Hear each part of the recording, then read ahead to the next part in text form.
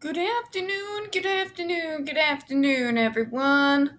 Welcome to another episode of Spilling Tea. I'm your host, Tiffany Daniels, and we're going back to that horrible world known as the JRC, but first, some news. Well. This is JD versus AH updating those folks real quick. If Miss Eve didn't get her ass booted out of the courtroom. Okay, I gotta do it.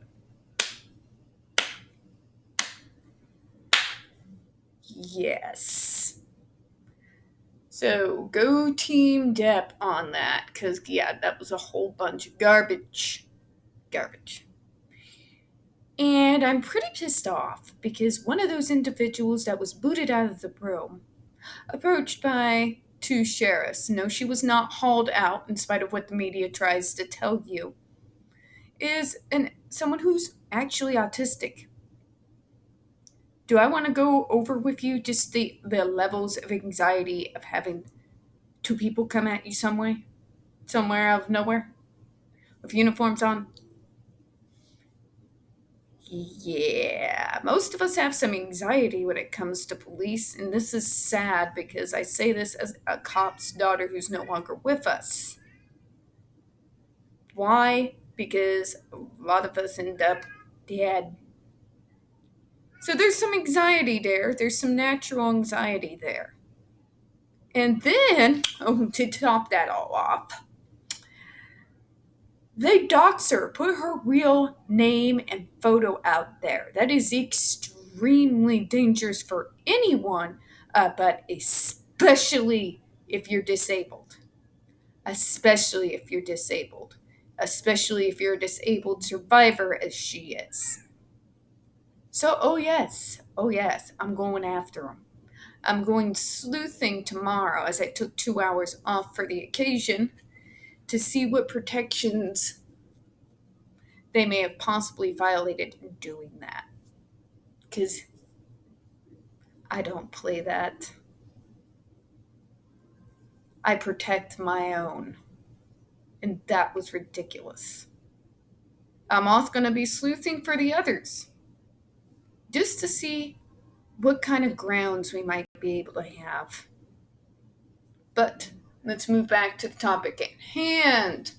You are going to see the article that we are going over right there in the description box alongside the other pertinent links to the Stop the Shots campaign, including Autistic Hawaii's massive archive on the subject and templates. You know the drill, folks.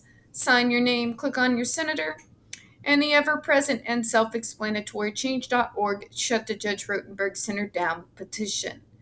Folks, when we talk about the JRC, you're going to hear vivid descriptions of and catch clips of surveillance footage of peoples with disabilities being tortured and abused. If you got young children present, please use your headphones. And folks, I am pissed and raring to go. So, you might hear explicitives. You might hear my brain dead side of me who had to teach a lot of people how to use the internet today.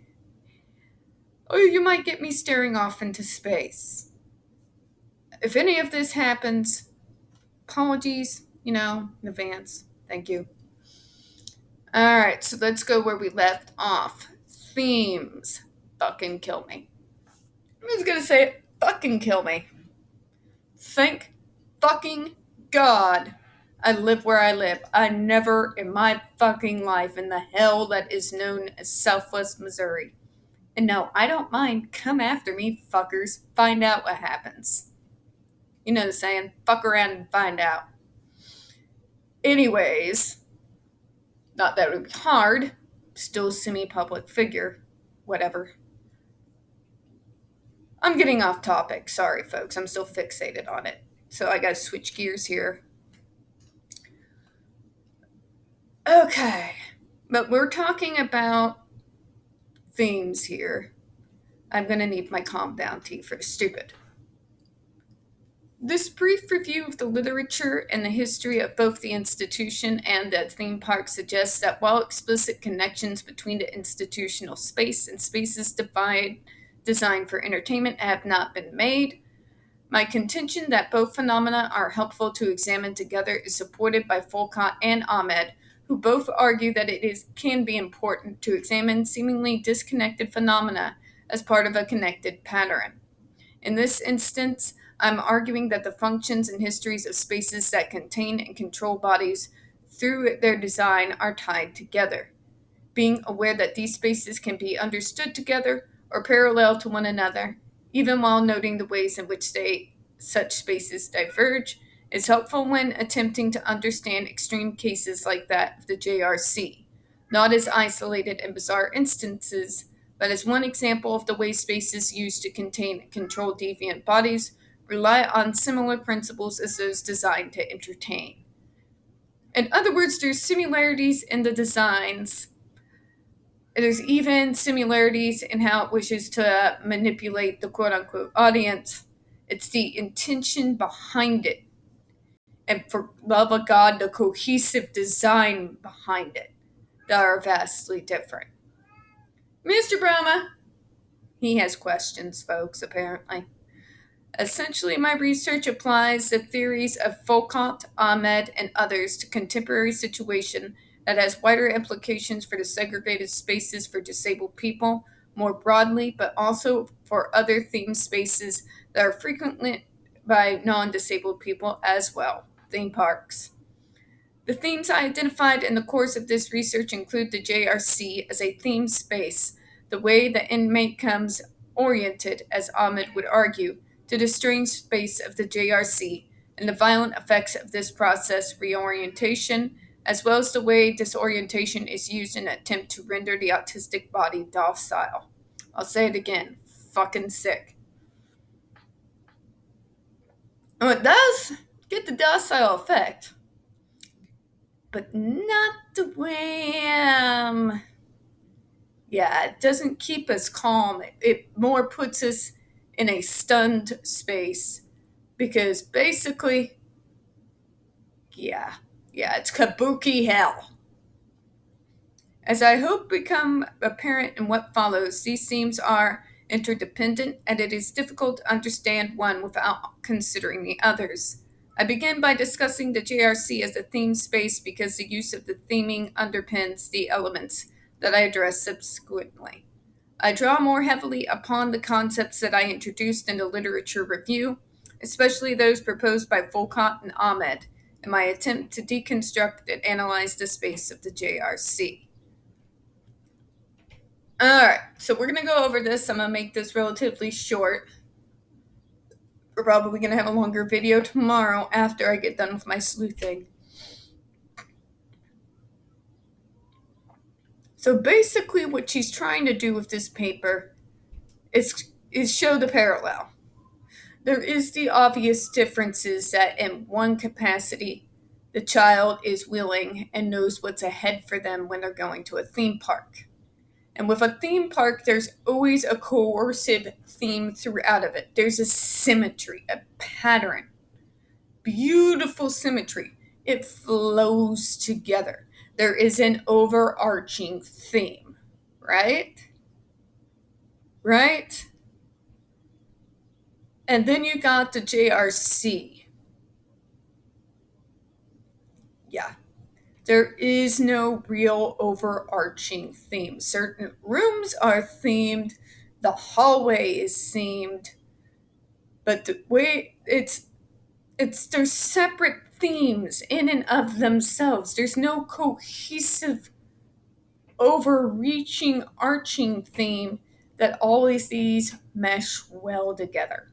It's disorienting, and I think it's intentional. I really do think it's intentional, or Dr. Israel is a moron. It's got to be one of the two, because an interior designer would walk in there and probably have 5 heart attacks simultaneously.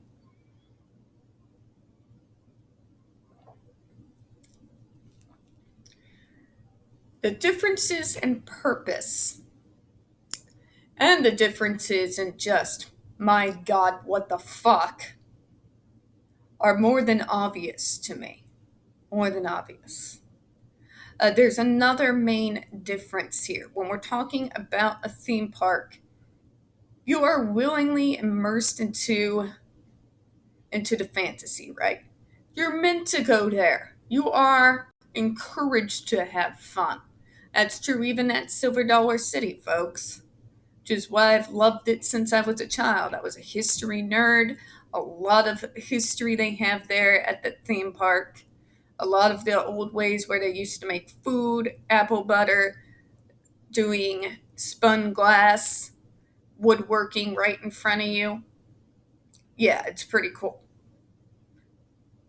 The difference is the JRC, when you're sending a child into it, is not built for its audience, for one thing. Israel based his idea of what he thought children wanted, not taking into mind exactly what a sensory sensitive autistic would find the most comforting and entertaining. He created a kabuki acid trip from Psycho Hell for these poor kids who have no choice in the matter, are basically marched there. So there are stark differences, but there are similarities. The similarities are in what they want these designs to do, to get the person, the bodies, to work in a certain manner. One has good intentions. The other one's intentions are dark and terrifying. And more than likely will scare these kids off of theme parks, Disney, or anything like it ever again. It will turn what's supposed to be comforting characters into triggers for PTSD. And I can't imagine anything more fucking sick than what these bastards do to these kids. Now I'm going to close out on that note. We don't get very many views on this channel, especially on this subject, and the few that we do tend to get removed from time to time. So folks, please don't forget to hit that like button, hit subscribe, and don't forget to hit the comments. I want to leave you with this note. Imagine you are in one of these rooms and you got a bunch of Mickey Mouses staring at you while you're isolated with a worker and they are shocking you over and over again. I do appreciate your time this evening, folks, but please keep that in mind. I know the case is going on right now, but we are still fighting these bastards. I do hope you have a good one. Please share on your social media. You have a good night. Bye-bye, everyone.